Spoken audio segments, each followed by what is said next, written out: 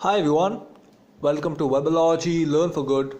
I'm Aakash Biswas and let's get started with CSS tutorial 14. So in this tutorial we're going to look at the overflow property. The overflow property is responsible to what happens to the content that is too big to fit into an area. Okay, and the overflow property has the following values. 1. Visible, and it is by default, and the overflow is not clipped. So this is the default value, visible, for the overflow property, and it's not clipped. And what does it mean? Well, I'll be showing you when I give you the demo and I code in CSS. And it renders outside the elements box. Okay. 2. Hidden, the overflow is clipped and the rest of the content will be invisible. Okay.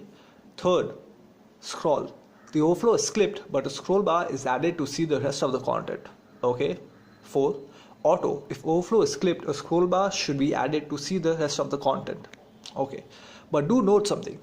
The overflow property works for block elements with a specified height. So what are block elements? As I've mentioned earlier as well in HTML as well as in CSS, block level elements are elements that have space before and after themselves. So the examples of block level elements are the paragraph element, the p tag, the heading element, the h1, h2, h3, h4, h5 tag, the pre tag, pre-formatted text, etc. Okay.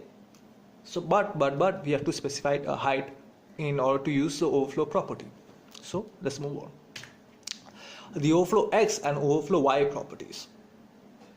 The overflow-x and overflow-y properties specifies whether to change the overflow of content just horizontally or vertically or both. Okay. Overflow-x specifies what to do with left and right edges of the content. Okay. And overflow-y specifies what to do with the top bottom edges of the content. Alright guys, so here I have Notepad open, and here as you can see I have one sentence, but I've done a simple layout. Okay, instead of having this in one single sentence, I've done something like this. I've put it in vertically. Okay, so that when I apply the overflow property, it becomes, the effect is shown clearly, because as you can see there is hardly any content over here, just one single sentence. And how did I do that? Put it in this layout. I use the BR element, okay, the line break element in HTML.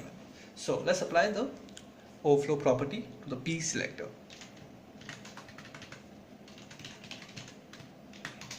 Okay, so by default the value is visible, and I have to always apply the height property to it, otherwise no effect will take place. Okay,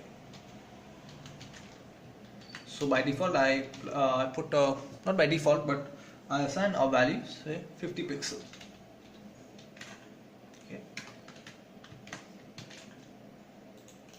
let's see, you can refresh. Well, nothing's happened, because even if I do this, this is coming by default. Okay, it's because by default it is visible, the property, the value is visible. Now what if I change it to hidden? Okay, let's see what happens.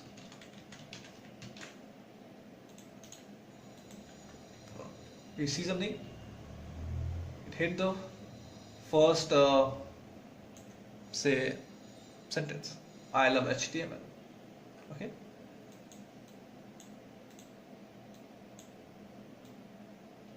bring it back to its default value. And what if I increase the height? Say I put 100 pixels. Let's see what happens.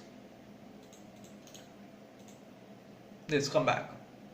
Okay, so let's say we 200 pixels. Okay, so you have seen the hidden value. Now let's have a look at the scroll value. Okay, if I put scroll, there you can see,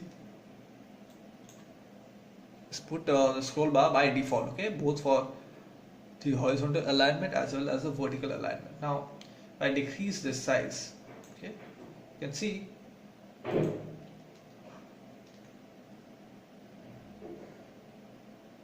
that here, as you can see, there isn't much content, so this is not being scrolled. If I put another sentence here, okay, say I wanna be a web developer. Okay,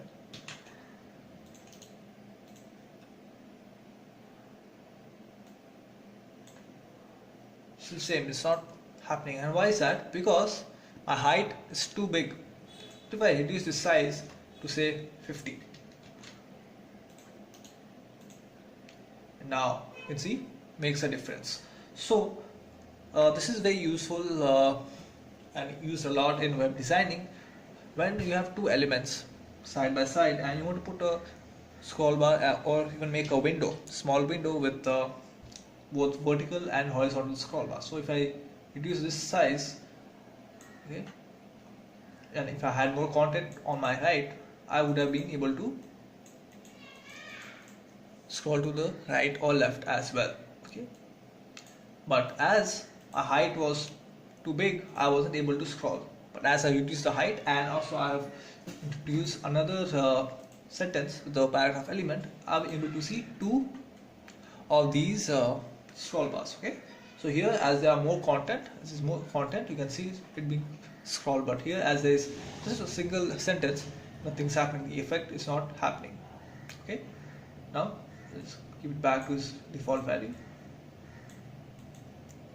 And now let's have a look at the auto value. Okay,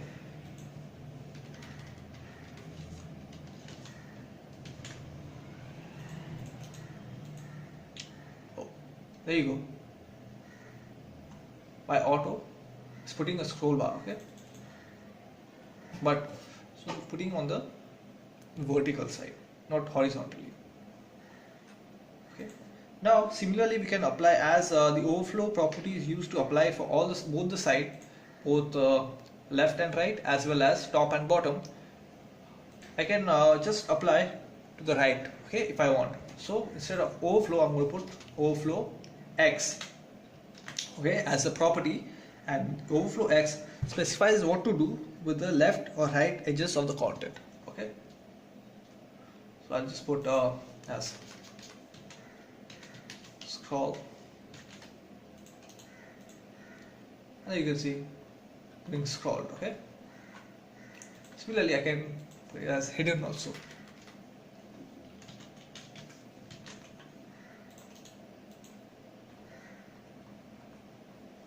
It's hidden, but it's still scrolling. Okay, now similarly I can put it for y, and the overflow y property specifies what to do with the top and bottom edges of the content. Okay, so flow y, I'm going to put auto. Okay,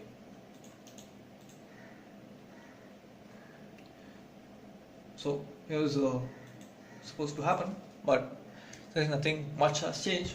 What if I put the value scroll edit